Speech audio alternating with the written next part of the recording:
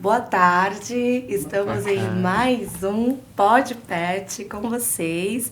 Meu nome é Jéssica, sou estudante de pedagogia aqui na Unisantos, faço parte do Pet Saúde e Equidade. Eu sou o Paulo, também faço parte do Pet Saúde e Equidade, sou estudante de fisioterapia da Unifesp. Eu sou Priscila Coutinho, também sou estudante de serviço social na Unifesp e faço parte do Pet Saúde. Podem se apresentar? Obrigado, eu agradeço a oportunidade. Um alô aí para quem está nos assistindo, nos ouvindo. Meu nome é Wellington Araújo, tenho 44 anos. Sinto-me muito confortável com vocês, porque eu também sou fruto da Unifesp e também faço bastante parceria com a Unisantos. Sou mestre pelo Programa Interdisciplinar em Ciências da Saúde da Unifesp. Tenho pós-graduação em Direito Administrativo e Econômico e Gestão Pública, também pela Unifesp, além de algumas especializações ao longo da minha carreira. Atualmente eu sou gestor público, trabalho na Secretaria da Cidadania, da Mulher, da Cidadania, da Diversidade e dos Direitos Humanos, apoiando lá no gabinete. Aí meu salve para a secretária Nina Barbosa, o prefeito Rogério Santos, e atualmente o desafio de presidir o Conselho Municipal de Participação e Desenvolvimento da Comunidade Negra e Promoção da Igualdade Racial do município. É um prazer ter você aqui de novo com a gente. Olá a todos que estão nos ouvindo, nos assistindo. Eu sou Fabrício Gomes, eu sou nutricionista. É um prazer para mim estar aqui com vocês também. Fiquei muito contente com o convite da Priscila para discutir sobre um assunto tão importante, né, que é a saúde da população negra. Atualmente, eu trabalho na Prefeitura de Santos, como nutricionista na Emulti, ali na Zona Noroeste 2, prestando apoio para 3 policlínicas, que são as policlínicas da Lemoa, do São Manuel e do Piratininga. Também sou cria aqui da Unisantos e tenho parcerias com a Unifesp, né, no próprio território, diferente do El, né, que o caminho dele é um pouco inverso, mas está tudo correlacionado. Além de estar como nutricionista na prefeitura há 8 anos, trabalhei no nível terciário, em hospital, e agora estou na atenção primária, está sendo um diferencial na minha carreira. Eu também presido o Conselho Municipal de Segurança Alimentar e Nutricional de Santos. Sou dirigente no Sindicato dos Nutricionistas do Estado de São Paulo, e é justamente essa entidade que eu represento nas instâncias de controle social dos Conselhos de Direitos. Estou membro, né, no Conselho Municipal de Segurança Alimentar e Nutricional de São Vicente. Também estou membro na Comissão Regional de Segurança Alimentar e Nutricional Sustentável, aqui da Baixada Santista. E, enfim, tanta coisa que a gente faz, né? Também a gente vai se formando, vai estudando, e é legal porque a gente entende a necessidade de aprender sobre várias coisas que ao longo do caminho acho que se perdem ou que não se tem tempo de aprender, né, e de ensinar e de aprender. Tenho pós-graduação na área de fitoterapia, na área de nutrição clínica, em cuidados paliativos. Estou cursando uma especialização em equidade para gestão do trabalho e da educação em saúde no SUS. Nossa, maravilhoso. Exatamente, eu acho que é basicamente isso. Obrigado pelo convite. Estamos com convidados de peso aqui, hein, pessoal? Ó, chega, dá um nervosismo. Seja bem-vinda. Eu sou Tânia, assistente social de formação, licenciada em Sociologia Plena. Trabalho hoje na Secretaria de Saúde do município de Santos. Sou supervisora de estágio desde 2018 de estudantes da Unifesp, fechado. Tenho alguns estudos mais atuais que é tudo ligado à Unifesp, na verdade, né? Sou especialista em sociopsicologia e especialista também em criança e adolescente, que é a minha área de pesquisa, né? Não me aprofundo, sou uma estudiosa nata, não passo 6 meses sem fazer um curso. Hoje só estou inscrita em 2. Saindo daqui vou me inscrever no mais recente, né, que é de sexta-feira. Se o meu chefe ficar feliz da vida comigo. Só que ele não fica. Né? É um vício. É um vício. Então, eu sou uma estudiosa nata, pesquisadora. Não entrei ainda no mestrado porque eu tenho preguiça. Olha, é trabalhoso. Ela está ressignificando, está em processo. Está em processo. É muito gratificante ter vocês aqui, porque, de certa forma, vocês estão todos ligados com o tema da equidade. A gente sabe que um dos princípios fundamentais do SUS é a equidade. E os assuntos que a gente quer abordar com vocês é de uma importância que a gente quer levar para frente, que a gente quer que o público saiba, né, sobre a importância do SUS nas nossas vidas e o papel que ele pode ter também para a população negra, quando a gente fala de acesso, né, quando a gente também vai falar de interseccionalidades e tudo mais. E eu vou deixar a liberdade total para seguir aqui com essa entrevista, esse bate-papo com os meus amigos, o Paulo e a Pri. E eu vou estar aqui, ó, super nos insights e muito animada aqui com vocês. De novo, agradecer a presença de vocês aqui. Certo? Agradecer a presença de vocês aqui. A gente sabe como o tempo é difícil, é concorrido, tudo que a gente tem que fazer no dia a dia. Mas vocês estão aqui com a gente mais um dia para conseguirmos construir aí esse momento tão importante, essa discussão que é tão importante a nível brasileiro, também a nível do nosso município. E para contextualizar também um pouquinho a audiência e vocês, a gente esteve junto com o Wellington muito nessas lutas aí do ano passado, na construção do Comitê da Saúde Integral da População Negra. Também tivemos outras frentes voltadas para oficinas, direto de informação antirracista, dentro dos serviços de saúde aqui do nosso município. E a gente vem hoje realmente para conseguir construir um debate maior sobre isso, sobre a saúde integral da população negra. A gente sabe toda a importância também da gente conseguir entender, também como profissionais, para a nossa própria saúde, ali para um ambiente de trabalho mais adequado, mas também para a nossa prática ali com a população, com essas pessoas que vêm muitas vezes para o serviço com diversas vulnerabilidades e conseguir entender um pouquinho esse contexto. Quer falar um pouquinho, Pri, sobre? Primeiro, quero agradecer a presença de cada uma de vocês nesse nosso episódio e ter aceitado o nosso convite. É uma honra ter vocês aqui, que são pessoas estudiosas, que são pessoas que estão na linha de frente e são pessoas que pensam. E quando a gente conversa com pessoas que pensam, o papo fica bem interessante. Então, hoje, esse nosso episódio é para que todas as pessoas possam entender, possam refletir, e possam realmente colocar em prática e entender que ter saúde nem sempre significa que você não está doente. Então, ser saudável vai muito mais além do que isso. E quando a gente fala da população negra, vivendo numa cidade totalmente preconceituosa, machista, onde ainda impera a branquitude, a gente vê essa desigualdade e esses demarcadores sociais nitidamente no nosso dia a dia, principalmente para quem está ali no atendimento da atenção primária, que está ali na cara a tapa, que está no meio do povo, principalmente vocês que são profissionais, que estão ali ouvindo as demandas e pegando as demandas logo de início. Então, eu quero agradecer vocês por toda essa força, por toda essa garra, e quero já falar para vocês que eu sou fã de vocês três. Eu também sou fã. A Priscila conseguiu resumir o desafio, né, de nós estarmos ocupando esses espaços. E é por isso que a gente luta, Pri, tanto internamente enquanto gestor público, servidor de carreira da prefeitura, como também um militante, uma pessoa que atua junto aos conselhos municipais. É essa equidade que a gente vem lutando para que isso aconteça de fato, né? Como atitude e comportamento técnico, né, e pessoal também dentro dos serviços que atendem a população, aí no nosso caso aqui, os três pelo menos, que pagam o nosso salário, né? Precisam de fato de uma política que chegue ali no balcão, que chegue no atendimento, que faça jus ali à equidade que a gente tanto sonha, né, que aconteça de fato. É isso, né? Podem jogar as perguntas e a gente vai aqui. Tá todo mundo ainda meio tímido porque é começo, mas vamos se soltando que o assunto é muito bom. Então, acho que legal a gente começar a falar do começo, onde vai falar do racismo que está estruturado na nossa sociedade, seja em Santos, seja na Baixada Santista, seja a nível estadual, seja a nível município, seja a nível Brasil, né? Porque não tem como fugir disso, né? Se a gente foge aqui, a gente encontra ali na frente o mesmo problema. E quando eu falo de racismo estrutural, eu percebo que ele se manifesta de diversas formas dentro do Sistema Único de Saúde, principalmente quando eu estou falando no atendimento direto da população negra.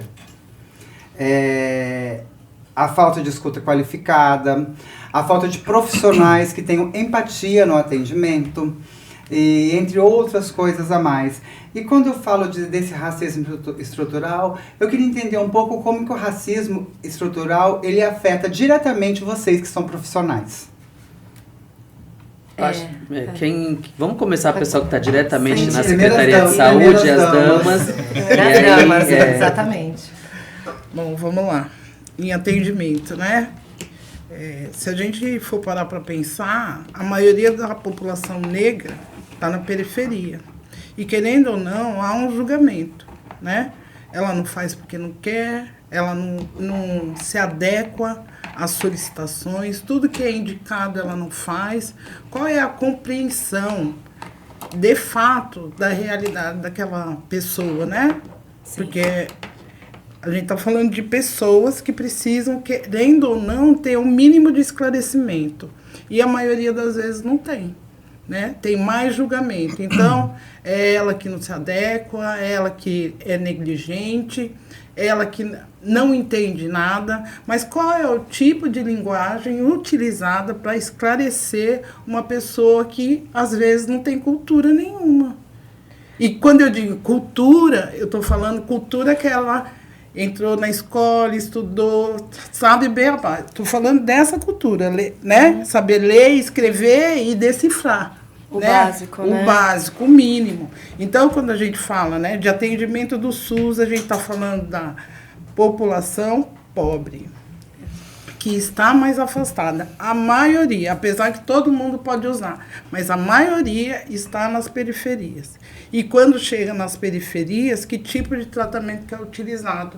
Tem mais julgamento do que acolhimento. Você diz a respeito do tratamento quando aquela pessoa chega num consultório médico, ou não é ouvida, ou o sofrimento que ela está trazendo, o questionamento, simplesmente o profissional não ouve, ou não, sabe, entende? Ouve, julga, ou interpreta mal. Quando passa instrução, né, para aquela pessoa poder continuar o tratamento em casa, de uma maneira extremamente técnica.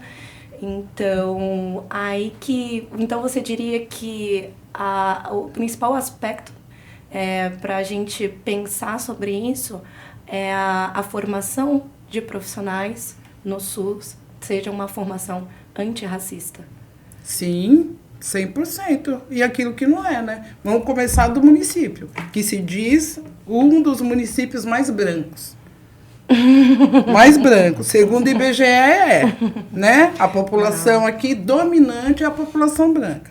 Lembrando que na escola a Lei 10.639 não é aplicada, não é utilizada. Não. Né? E quando se diz da população negra, o histórico é do quê?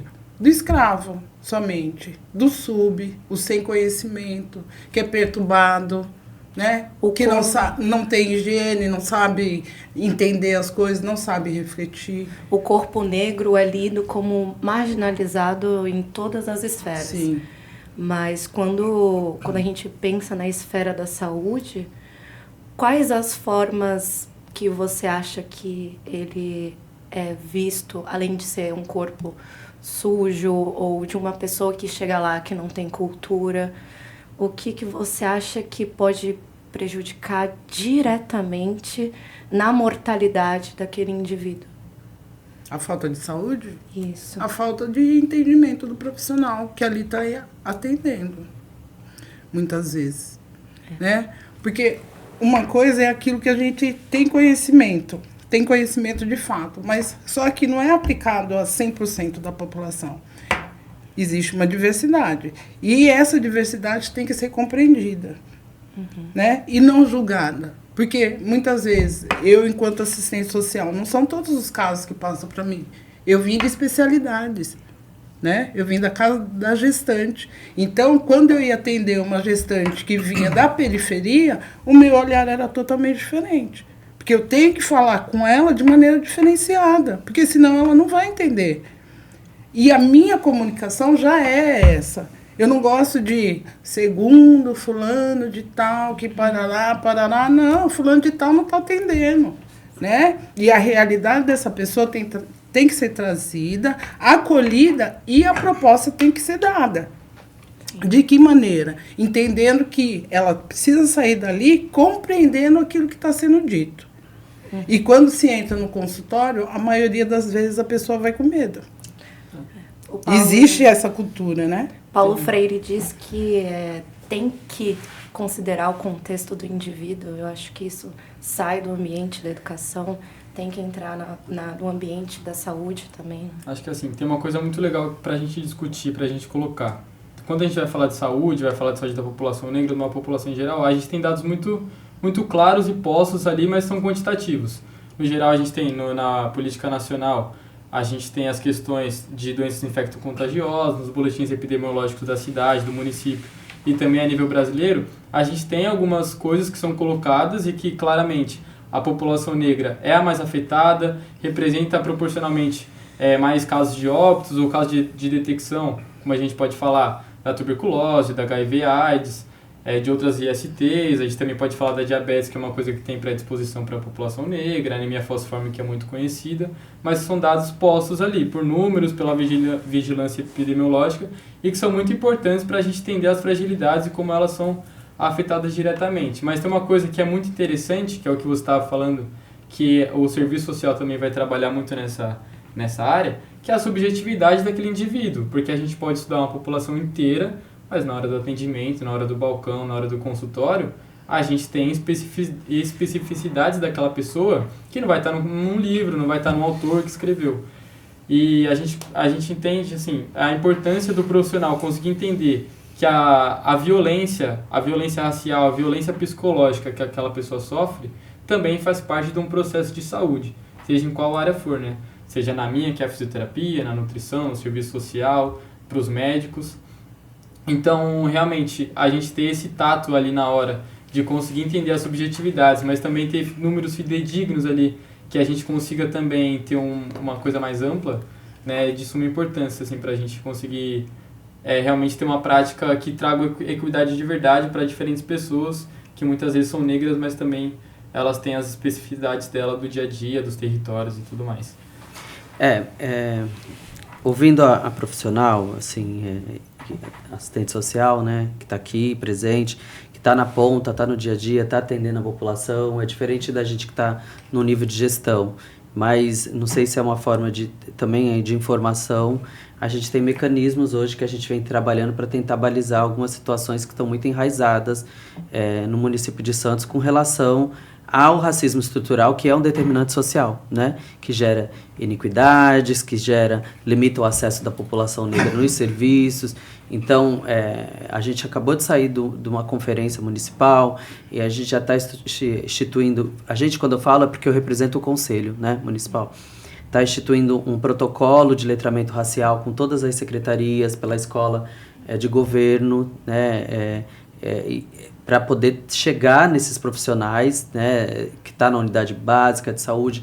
O mais difícil é chegar na camada dos médicos, né, isso é bem difícil, chegar no corpo clínico médico, né, mas a gente está tentando aí esses acessos da secretaria. Acho que agora, desde 2024, com o comitê trabalhando, criando seus fluxos de trabalho, a gente vai conseguir trabalhar numa formação mais intensa desse letramento e também reconhecer justamente o que você falou. Aonde é que estão alarmantes esses dados dentro da vigilância, como que a gente pode mitigar algumas situações com relação a isso.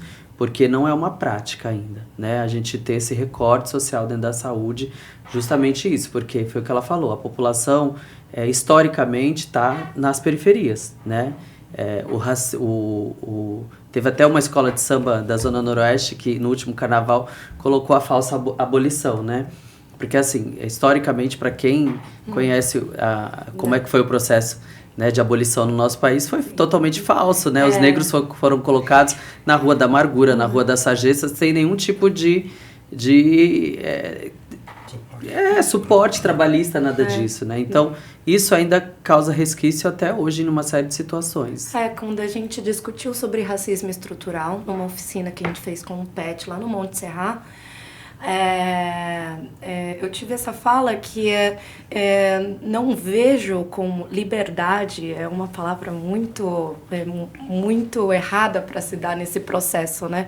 Porque a gente está colhendo os frutos até hoje. A gente vê nas periferias qual é a população das periferias, em maioria é a população negra. Quando a gente vê de índices salariais, quem recebe menos é a população negra, é as mulheres negras que estão ali na base recebendo menos. Então, assim, não tem como negar que a estrutura do nosso país ela é racista. Sim. Isso vai afetar diretamente na saúde. Então, o trabalho que você está fazendo é maravilhoso. E eu queria perguntar rapidinho, antes, né? Você diria que esse letramento racial deveria começar na formação dos médicos? Importantíssimo. Dentro das universidades? Com certeza. Se a gente pegar os currículos hoje dos cursos de nível superior, a gente não vê esse tipo de recorte em direitos humanos. E aí, né, não é só... também é a questão étnico-racial, mas direitos humanos no geral, né? Eles saem muito fragmentados no sentido ali da prática de saúde, de prevenção e tratamento, mas esquece que a gente lida com seres humanos, pessoas, né? Que têm suas particularidades, né, Pri? É que eu sempre falo, nem tudo é CID. A maioria das vezes é a desigualdade social, é o racismo, são famílias desestruturadas que acabam adoecendo o ser humano, principalmente a população negra. É isso. Acho interessante ouvindo vocês falando, algumas coisas me ocorreram e queria fazer um resgate. E assim, a gente entender, né, fazer uma diferenciação sobre igualdade e equidade, porque pela própria falta de conhecimento, muitas pessoas verbalizam essas relações que precisam ser horizontais e não verticalizadas como nessa perspectiva da igualdade, que na verdade, quando a gente fala até de igualdade racial, que o próprio Well pode colocar melhor, é a gente entender que todos nós precisamos ter acesso, e aí voltando para a questão da saúde, a tudo aquilo que as políticas públicas nos ofertam, né, de maneira igual. Então, o que está ali determinado precisa ser executado pelo Estado. Quando a gente fala de equidade, é entender justamente todos os determinantes sociais numa perspectiva de visualização macro da saúde, para saber que cada um tem a sua necessidade e que então, ainda que eu precise da mesma coisa que a outra pessoa precisa, se a outra pessoa precisa mais do que eu, ela vai receber mais do que eu. E assim a gente consegue equilibrar o sistema e fazer com que as pessoas de fato acessem a saúde da maneira que elas precisam. E entender também que nos estudos que eu tenho feito, na formação, como eu coloquei para vocês no início, uma das professoras traz que a Política Nacional de Saúde Integral da População Negra, ela foi aprovada em 2006 pelo Conselho Nacional de Saúde, porém ela só veio de fato a ser publicada e considerada no escopo da saúde do SUS em 2009.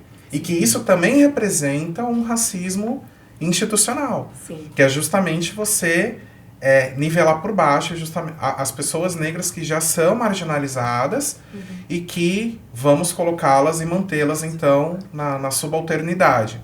E não é isso que a gente quer. Então, nós temos a terceira edição, que foi em 2017, e aí trazendo o que vocês acabaram de colocar sobre o letramento racial e a formação em saúde da população negra nas instituições de ensino.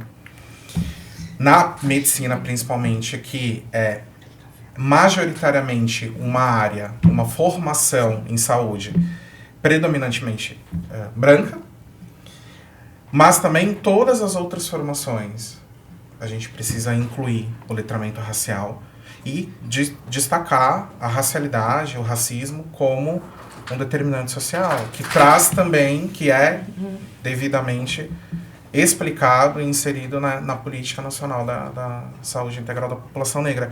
Porque não é só olhar a pessoa e, ainda que nós estejamos na ponta fazendo assistência, não é só olhar uma pessoa e eu compreendo que aquela pessoa é uma pessoa negra ou preta, né? E eu vou, então, tentar entender alguns contextos quando, no caso, na realidade médica, eu tenho 15 minutos de atendimento. Sabe uma coisa que eu queria perguntar, Fá?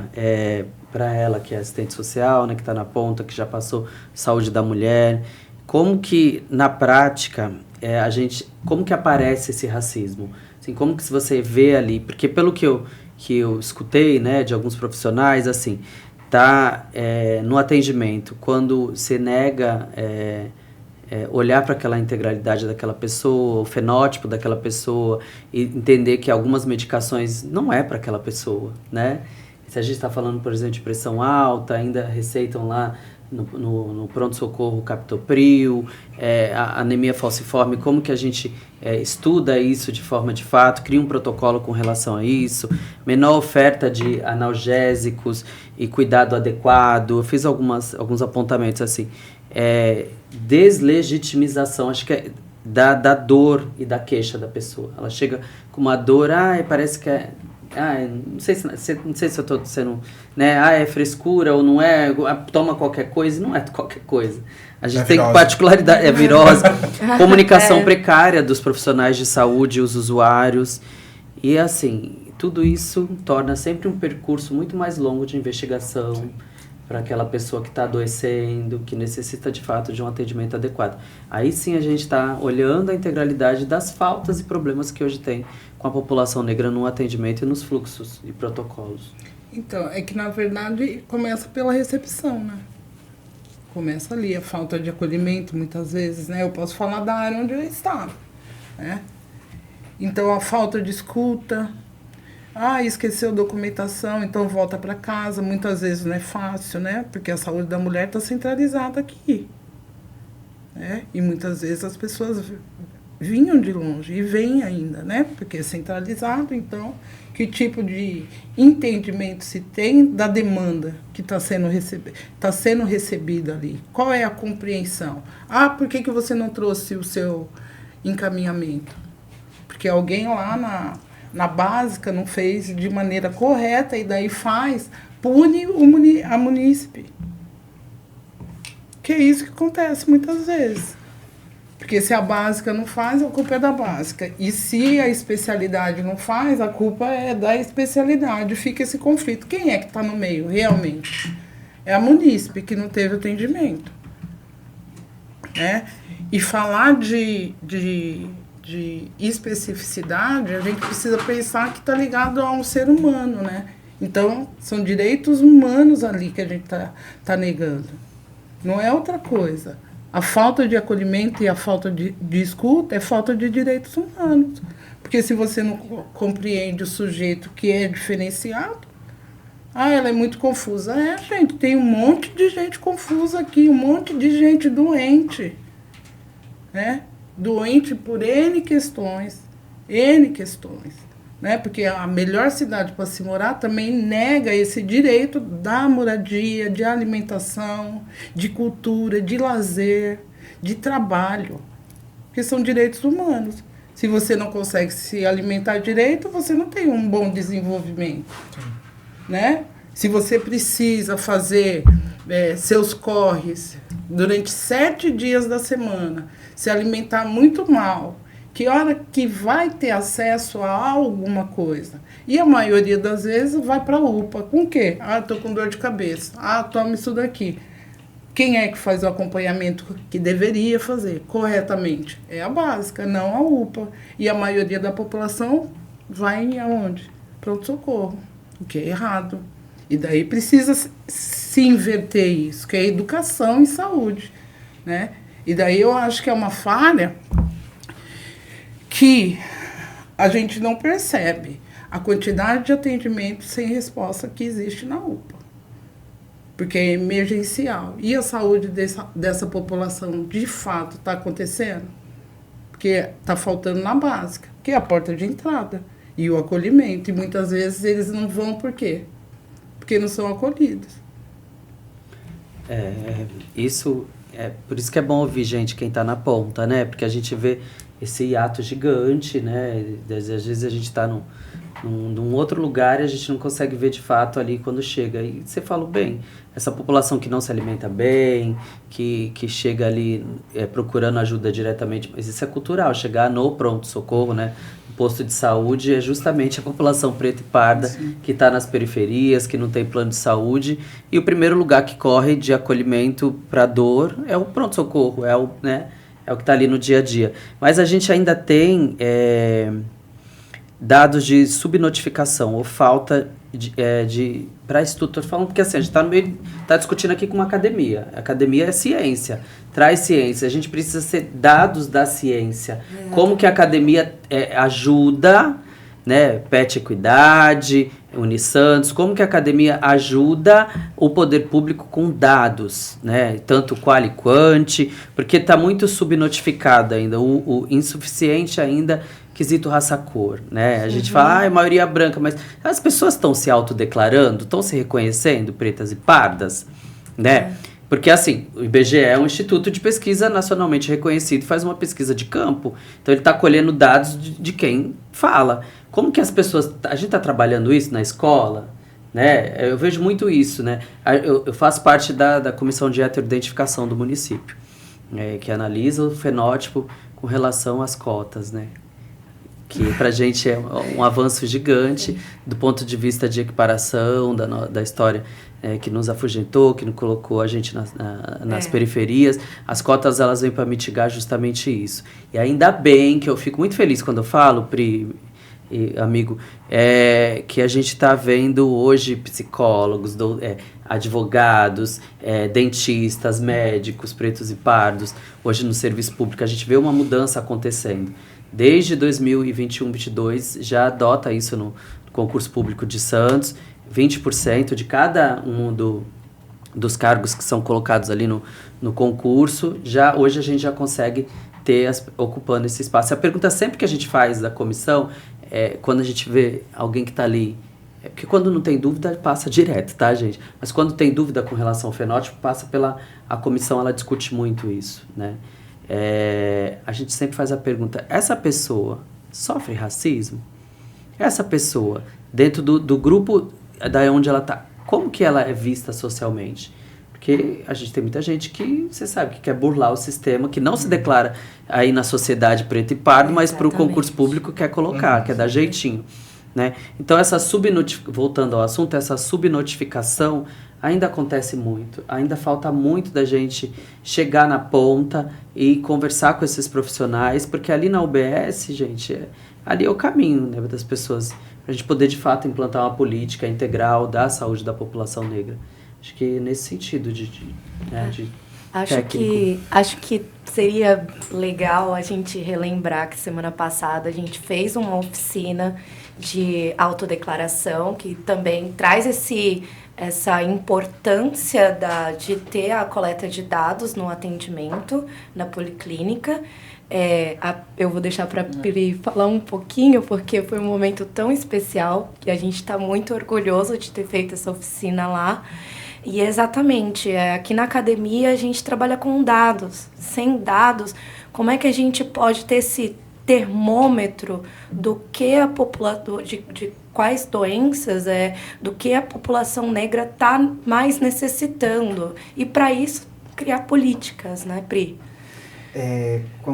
Escutando todos vocês falando, eu tenho agora mais certeza ainda da importância da autodeclaração racial. E quando eu vejo tudo isso acontecendo, eu já observo que, por muitas das vezes, tem ausência dessa notificação da raça-cor, quesito raça-cor ele fica ausente. E a autodeclaração é tão importante, mas o que é mais importante é a gente se reconhecer. Porque há pouco tempo a gente fez 137 anos que, entre aspas, acabou a escravidão no Brasil. Um dos últimos países a abolir. E depois nós passamos por uma política de embranquecimento.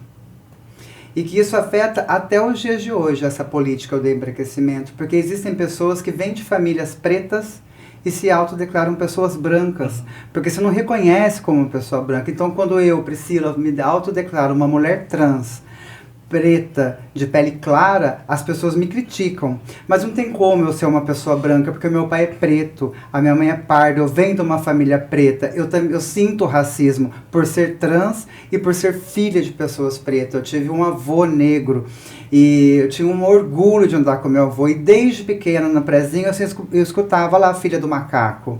Olha lá a neta do macaco, a macaquinha branca. E isso me afeta até nos dias de hoje. Porque quando eu vejo isso acontecer com uma criança, quando eu vejo uma criança chegando em mim chorando porque escutou na escola que debocharam do seu cabelo, que falaram da sua família, isso me machuca até hoje.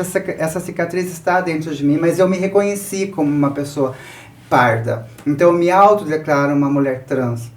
E também autodeclaro a minha raça. E eu tenho orgulho disso. Eu bolo estratégias para que todas essas pessoas também se reconheçam como pessoas pardas, que vieram de pessoas pretas, que fazem parte da população preta, que juntos nós somos mais fortes e podemos construir pontes inacreditáveis e chegar assim, realmente colocar essas políticas públicas em prática, porque hoje nós temos diversos direitos, como a Tânia. A Tânia, eu tenho orgulho dessa mulher, primeiro porque ela é minha supervisora de campo, eu aprendo muito com ela.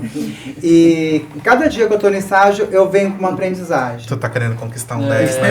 Tá querendo, ela tá querendo. Não, o 10 já vem pela capacidade. Eu sou boa, eu não preciso disso. Ela é maravilhosa. Às vezes ela coloca umas interrogações que eu vou embora mastigando aquilo para ver se eu consigo me responder primeiro. E é isso, porque outra coisa que ela fala também quando você vai dar uma orientação, trazer uma orientação é conhecimento. E não se tem como trazer um conhecimento você de cima e a outra pessoa sentada, você tem que olhar no olho. Exatamente. A gente tem que ser igual, é o princípio da equidade, é olhar no olho e de igual, que realmente você vai entender aquilo. E quando eu vou falar de autodeclaração, eu tenho que sentar, eu tenho que olhar, eu tenho que sentir o calor daquela pessoa e trazer para aquela pessoa o peso que essa história traz nos dias de hoje. E quando essas pessoas começam a se identificar e realmente começam a se reconhecer como uma pessoa parda, como uma pessoa negra, a gente começa a ter dados. Porque muitas das vezes a gente não tem... Mas cadê os índices? Cadê os dados? Como que a gente vai colocar isso em prática se a gente não tem índice? A gente tem um índice sim. É que muitas das pessoas, por muitas das vezes, essa população ainda passa inviabilizada e invisibilizada dentro do nosso sistema, infelizmente. Conta sobre essa oficina que ela falou então. pra gente. E a oficina, qual território que foi? A oficina foi no Montserrat, na Policlínica do Montserrat, aqui no centro de Santos. Foi uma oficina maravilhosa com profissionais da saúde, profissionais super cabeça aberta. Inclusive, a gente iniciou trazendo o conceito do racismo estrutural, do racismo institucional e do racismo individual, porque sem essa memória ancestral, porque acontece muito que as pessoas esquecem do qual foi a base da nossa economia colônia. E um pouco depois, acho que muito depois, foi o corpo negro. Sim, né? Foram pessoas sequestradas de África que vieram fazer o trabalho braçal de seus senhores. E, como você disse, quando houve essa libertação, né? Libertação, odeio a palavra liberdade, que não se cabe nesse caso. A falsa liberdade. A falsa liberdade, foram deixados à margem da sociedade, sem direitos. E se tinha um negro que não estava fazendo nada, tinha a lei da vadiagem, ele era preso. Sim. É uma coisa absurda. O Paulo trouxe também dados da vigilância sanitária, não foi, Paulo? Foi. É interessante a gente falar algumas coisas, porque a gente conversou sobre várias falhas do Estado, no serviço de saúde, em vários níveis. Mas em todas as falhas a gente chega a um ponto em comum, né? Que é realmente a colonização. Como esse projeto colonial interfere diretamente em todos os aspectos da população negra e inclusive da população branca também. Porque muitas vezes, nesse processo também de identidade, de autodeclaração, a gente se racializa. A gente começa a olhar para dentro e falar quem eu sou, como que foi minha história, qual que é a minha ancestralidade, mas a gente esquece de racializar a pessoa branca que também está ali. Ela também carrega uma história de herança, carrega uma história também de imposição, e como essa branquitude, ela interfere diretamente no projeto colonial que a gente discutiu, inclusive lá na oficina, que foi a miscigenação. brasileira, que é um assunto que todo mundo fala, a linda miscigenação brasileira, o mito da democracia racial, que é uma coisa que, na verdade, ela mascara várias formas de racismo, e por isso que muitas vezes discutem, né, que o Brasil é uma coisa tão específica nesse assunto, que a gente não pode trazer pautas exteriores muitas vezes para cá, porque a gente vive um ambiente muito hostil, porque o racismo brasileiro, ele consegue se enfiar em tantas entrelinhas, que muitas vezes ele consegue se esconder da visualização da população que no geral está ali no dia a dia e acaba não tendo um letramento racial para conseguir enxergar isso.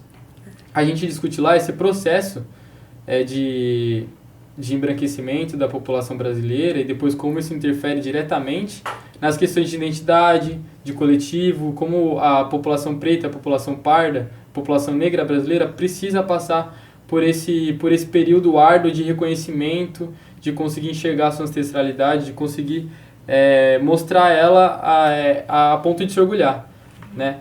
Então, eu queria saber um pouco de vocês, assim, eu tenho curiosidade, porque vocês são pessoas que a gente se espelha, estamos nos formando agora. Eu quero ser vocês quando eu crescer. E a gente olha, Que responsa. a gente olha que são pessoas que são espelhos pra gente, né? Tem certeza. São espelhos muito... Então, eu queria saber, no processo da vida de vocês, no processo profissional de educação, como foi se reconhecerem como pessoas negras, como foi colocarem essas pautas durante a formação de vocês? Que a gente sabe que é uma luta difícil, às vezes, muitas vezes vão ter olhares, vão ter pessoas que tentam banalizar o assunto. Mas como foi pra vocês? Pergunto pros três, mas quem se sente mais confortável de falar, pra gente conseguir também seguir firme nessa luta. Eu vou aí como na estudantes. primeiras mulheres, sempre. Essa questão da miscigenação eu já desconstruí muito, porque o Brasil nasce através de abuso sexual, né?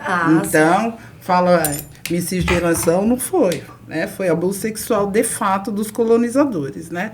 E daí depois, para ficar mais bonitinho, ficou a morena, a mulata, né? Eu odeio esse termo, mulata. A mulata é a parente da mula, e daí alguns querem desconstruir isso, e é mentira, né? É a pura verdade, que é a parente da mula mesmo, que não tem o pensar, né? Que o corpo é um objeto e existe para ser objetificado. E daí nisso entra o pardo também, né? Porque... o fruto é uma coisa que eu até dessa coloco. violência. Eles utilizaram essas várias paletas, essas várias nomenclaturas para definir uma mesma população, porque coloca todo mundo na mesma gaveta, mas coloca em prateleiras diferentes. Assim a gente não consegue se coletivizar, não consegue lutar, porque acaba olhando com o mesmo irmão, a gente olha como se fosse um diferente. Sim, e daí é o conflito, né, que está acontecendo agora, né? Você não sofre tanto racismo quanto eu, e daí se separa, né? Porque não é para ter peso nenhum, porque se a população se une, dá para entrar numa briga e ganhar, né? Mesmo sendo 53% da população, né? E querendo ou não, a gente não pode esquecer que esse momento que a gente vive agora, da extrema e máxima ignorância que foi posta, porque incentiva a não estudo, né? A não leitura. Vivemos tempos sombrios, né? Vídeos rápidos, né? E um menosprezo pelo conhecimento, na verdade, né? E daí é uma luta árdua, porque a gente tem que ver vários caminhos que precisam ser trilhados de maneira diferente, né? Quando se fala da educação, o letramento racial tem que ser em todas as áreas profissionais. E quando fala, né, todas as profissões que têm atendimento ao público para entender o diferencial. Médico, eles são formados, a maioria faz parte da elite, apesar de ter as suas exceções. E daí, como que faz para apresentar aquilo que é direito do cidadão se ele não tem o conhecimento? Né? A enfermeira não é parte da elite, muitas são pretas, mas não tem o letramento racial. Técnico de enfermagem, a maioria são negras e pardas, que são os trabalhadores braçais mesmo da área da enfermagem. Tudo faz e tudo carrega, né? E daí vem os seus conceitos, né? Que é o conhecimento que eles têm. Qual? Né? Para trabalhar isso. Né? E dentro da minha prática, eu gosto muito de lembrar das minhas companheiras que têm mania de falar tem nego. Esse tem nego é sempre por pejorativo, né? E esse tem nego é um preconceito. E as pessoas não conseguem absorver isso, não Bom. conseguem reconhecer. 1 minuto. Nossa, esse papo tá tão bom. Mas a gente vai ter que encerrar esse primeiro episódio com vocês. Vamos dar um tempinho de 15 minutos, gente. Vamos gravar outro, vamos continuar esse papo. Mas eu quero agradecer porque juntando essa santíssima trindade aqui, dá um papo que vai muito além. Gente, esse é o Pod Pet. Nos vemos no próximo episódio, ok? Tchau. Bora lá. Muito obrigado. Obrigado. Obrigada.